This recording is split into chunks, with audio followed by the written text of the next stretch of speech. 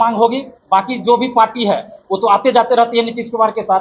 तो नीतीश कुमार जी से हमारा ये मांग है कि जब आप शिक्षक बहाली में, जो बीपीएससी शिक्षक बहाली अभी चल रही है, उसमें आप अपियरिंग में, चाहे वो बीएड अपियरिंग हो, डीएलएड अपियरिंग हो या सीटेट अपियरिंग हो, उसमें आपने फॉर्म भरने का मौका दिया। यानी कि जहां नौकरी मिलेगी वहां आपने अपियरिंग में फॉर्म भरने का मौका दिया, लेकिन जहां सिर्फ पात्रता परीक्षा हो रही है वहां आप अपियरिंग में फॉर्म भरने का मौका क्यों नहीं दे रहे हैं? जबकि एनसीटी स्पष्ट कर चुकी है कि कोई अगर एडमिशन ले लेता है तो उसको आप सीटेट या कोई भी पात्रता परीक्षा से वंचित नहीं कर सकते। सुप्रीम कोर्ट का भी आदेश है इससे संबंधित, और एनसीटी ने उसी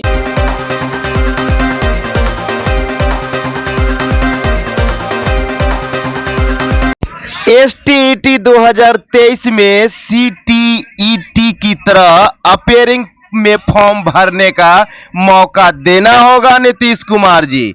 ये देख सकते हैं आप कि एसटीईटी छात्रों ने जो है कि नीतीश कुमार से मांग कर रहे हैं, प्रेस कॉन्फ्रेंस बुला करके अपनी मांगों को रखा है। क्या कुछ मांग रहे हैं, पहले आप वीडियो देखें। आज का प्रेस कॉन्फ्रेंस बिहार में जो शिक्षक बहाली चल रही है उसी से संबंधित है, और खासकर एसटीईटी 2023 जो आया है और बीएड वाले अभ्यर्थियों को 1 to 5 में जो बाहर किया गया, इन सभी मुद्दों को लेकर है। सबसे पहले हम एसटीईटी से संबंधित जो मांगे हैं उनको रखेंगे। एसटीईटी बिहार में आर्ट्स विषय के लिए 11-12 के लिए 2011 के बाद आया है, और कुछ सब्जेक्ट के लिए 19 के बाद साइंस का आया है, और इसमें अपियरिंग में मौका नहीं दिया जा रहा है, जो कि बिल्कुल गलत है। एक तो हर साल एसटीईटी की बहाली नहीं आती है, और अभी जो आप लोग देखे होइएगा शिक्षक बहाली आई तो मंत्री जी ने क्या कहा, शिक्षा मंत्री जी ने, कि बिहार में योग्य अभ्यर्थी नहीं मिल रहे हैं इसलिए हम बिहार से बाहर के लोगों को मौका दे रहे हैं। लेकिन आप जब एसटीईटी का फॉर्म निकालते हैं, तो आप उसमें मौका ही नहीं दे रहे हैं स्टूडेंट्स को भरने का, तो फिर तो आप वही बात कहिएगा कि योग्य अभ्यर्थी नहीं मिले। एक तरफ आप यूनिवर्सिटी का जो आपका सेशन है वो लेट चलता है, मगध यूनिवर्सिटी हो, वीर कुंवर सिंह यूनिवर्सिटी हो, भीमराव अम्बेडकर यूनिवर्सिटी हो, सबका सेशन लेट चल रहा है। किसी का बीएड का फाइनल रिजल्ट पिछले साल आना चाहिए था, जून जुलाई में, अभी तक नहीं आया है। इसमें स्टूडेंट्स का क्या गलती, अभ्यर्थी का क्या गलती? और सबसे बड़ी बात, जो एनसीटीई है, जो शिक्षक पात्रता निर्धारित करती है, शिक्षक बहाली जो भी होता है उसका क्राइटेरिया वो बनाते हैं, तो सब चीज़ पे नज़र रखती है एनसीटीई, उसका गाइडलाइन है। एनसीटीई का वेबसाइट पे आप देख सकते हैं, ये आदेश है 4/8/2022 का ये आदेश है कि कोई स्टूडेंट अगर टीचर ट्रेनिंग कोर्स में एडमिशन ले लेते हैं तो उनको आप पात्रता परीक्षा से वंचित नहीं कर सकते। सीटेट जैसे होता है या अन्य जो पात्रता परीक्षा उससे आप वंचित नहीं कर सकते। सीटेट साल में 2 बार होता है, साल में 2 बार सीटेट, उसमें लोग जो एडमिशन ले लिए बीएड में वो लोग भी फॉर्म भरते हैं सीटेट में। और यहाँ जब एसटीईटी आप हर साल नहीं निकाल रहे हैं, सीटेट 2 बार आता है, उसमें वो लोग फॉर्म भरते हैं जो बीएड में या डीएलएड में मान लीजिए एडमिशन ले लिए, अपियरिंग में भी भरते हैं, और जो एडमिशन ले लिए वो भी भरते हैं।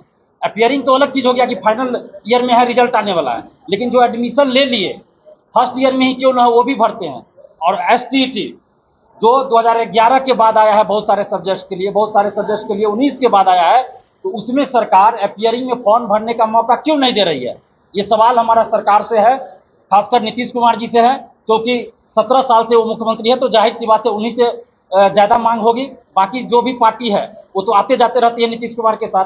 तो नीतीश कुमार जी से हमारा ये मांग है कि जब आप शिक्षक बहाली में, जो बीपीएससी शिक्षक बहाली अभी चल रही है, उसमें आप अपियरिंग में, चाहे वो बीएड अपियरिंग हो, डीएलएड अपियरिंग हो या सीटेट अपियरिंग हो, उसमें आपने फॉर्म भरने का मौका दिया। यानी कि जहां नौकरी मिलेगी वहां आपने अपियरिंग में फॉर्म भरने का मौका दिया, लेकिन जहां सिर्फ पात्रता परीक्षा हो रही है वहां आप अपियरिंग में फॉर्म भरने का मौका क्यों नहीं दे रहे हैं? जबकि एनसीटी स्पष्ट कर चुकी है कि कोई अगर एडमिशन ले लेता है तो उसको आप सीटेट या कोई भी पात्रता परीक्षा से वंचित नहीं कर सकते। सुप्रीम कोर्ट का भी आदेश है इससे संबंधित, और एनसीटी ने उसी का जिक्र किया है।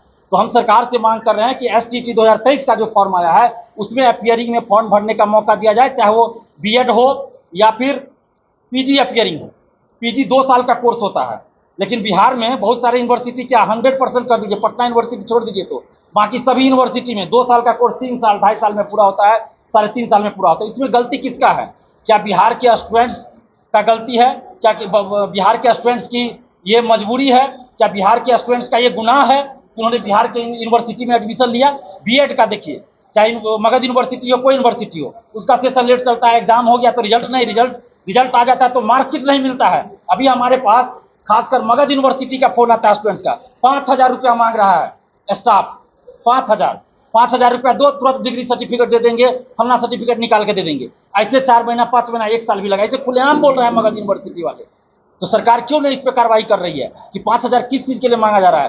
तो हमारे जब आपका सेशन लेट चल रहा है, बीएड हो या पीजी हो सबका, तो क्यों नहीं आप अपियरिंग में फॉर्म भरने का मौका दे रहे हैं? इसलिए हम ये मांग कर रहे हैं सरकार से कि एसटीईटी 2023 में अपियरिंग में और जो लोग एडमिशन ले चुके हैं उन सबको मौका दिया जाए, चाहे वो पीजी में हो या फिर बीएड हो, जैसा सीटेट में होता है। हम एक लाइन में मांग कर रहे हैं सरकार से कि जो सीटेट में होता है, जिस तरह से फॉर्म भरने दिया, तो उस तरह से आप एसटीईटी 2023 में फॉर्म भरने का मौका दीजिए। दूसरी बात कि आपको इतनी हड़बड़ी क्यों है सरकार? 9 अगस्त को आप सुबह में नोटिफिकेशन जारी करते हैं, शाम से आप फॉर्म भरवाना शुरू करते हैं, 23 अगस्त को लास्ट डेट है और 24, 25, 26 को बिहार में शिक्षक बहाली चल रही है। अब परीक्षार्थी बहुत सारे ऐसे हैं जो शिक्षक बहाली में भी शामिल है और एसटीईटी का फॉर्म भी भरेंगे। अब वो फॉर्म भरे एसटीईटी का कि एडमिट कार्ड निकाले शिक्षक बहाली का, यानी कि सरकार की मंशा दिखा रही है कि क्या चाह रही है सरकार। आप 26 तारीख के रात में नोटिफिकेशन जारी कर सकते थे, 27 तारीख को नोटिफिकेशन जारी कर सकते थे, और आज तक कोई भी फॉर्म निकला हो बिहार में, हमें बता दीजिए कि इतना कम समय दिया गया हो फॉर्म भरने के लिए, मात्र 15 दिन समय। उसमें भी अभी 4 दिन से फोन आ रहा है हमारे पास कि पेमेंट 2 बार हो गया, फंस गया, आगे प्रोसेस नहीं हो रहा है बहुत सारे स्टूडेंट्स का। एडिट का ऑप्शन क्यों देना चाहिए एसटीईटी में, ताकि एडिट करे। पहले क्या कहा गया था, आप लिविंग सर्टिफिकेट लगाइए स्कैन करके, living LEAVING, living sir LEAVING, सब लोगों ने समझ लिया कॉलेज लिविंग सर्टिफिकेट, वही मतलब होता है लिविंग का क्या मतलब। बाद में क्या किया बीएससीबी ने, LIVING, आवासीय का रेसिडेंशियल नहीं करके लिविंग सर्टिफिकेट। तो आपका तो स्पेलिंग गलती है, इसका आप खामियाजा स्टूडेंट्स को क्यों भुगतना पड़ा? जो लोग लिविंग सर्टिफिकेट यानी कि कॉलेज लिविंग सर्टिफिकेट दे दिए, तो उनको तो आप दीजिएगा ना सुधार का मौका, कि एडिट का मौका, ताकि वो सुधार सके। और एक बार आप बोलते हैं स्व अभिप्रमाणित, सेल्फ अटेस्टेड आपको डॉक्यूमेंट्स देना है, फिर बोलते हैं कि ओरिजिनल डॉक्यूमेंट्स आपको स्कैन करके देना है। तो ओरिजिनल डॉक्यूमेंट्स पे कोई सेल्फ अटेस्टेड कैसे करेगा भाई?